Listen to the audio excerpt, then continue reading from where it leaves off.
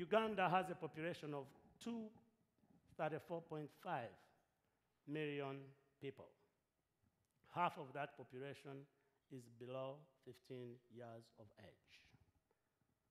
Life expectancy in Uganda is 50 years of age.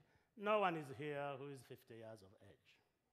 But if you happen to be, you've already passed that expectancy age.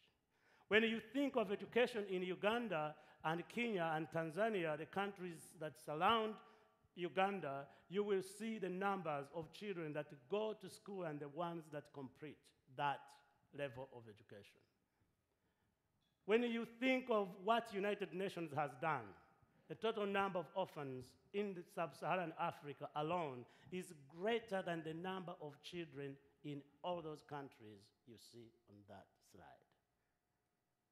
2.2 million children in my tiny country are orphaned. And when we think of these children, many of us think of them as African children somewhere who are caught in poverty. Sarah Dunkley is pregnant. I know none of you noticed. But she also has 2 boys. She told you what she's doing is make sure that her children will grow up to know that mom did something around the world.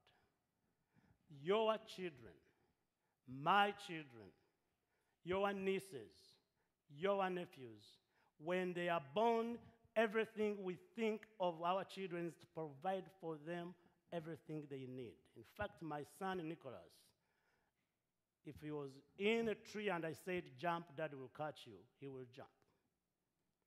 Dad is going to be there.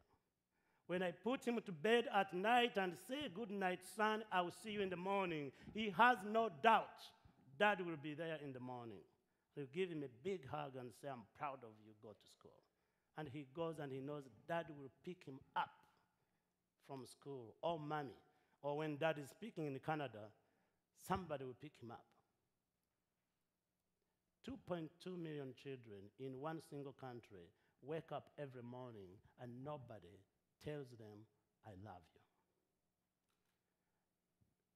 They are no different from Sarah's boys. They are no different from my boys. They are no different from my twins who are about to be born, and they'll be born in the best hospital in Michigan. And Dad will be there as they are born. For the children who are born with HIV/AIDS, it's the death penalty that mom and dad passed to them. And now they are surviving in these poor conditions.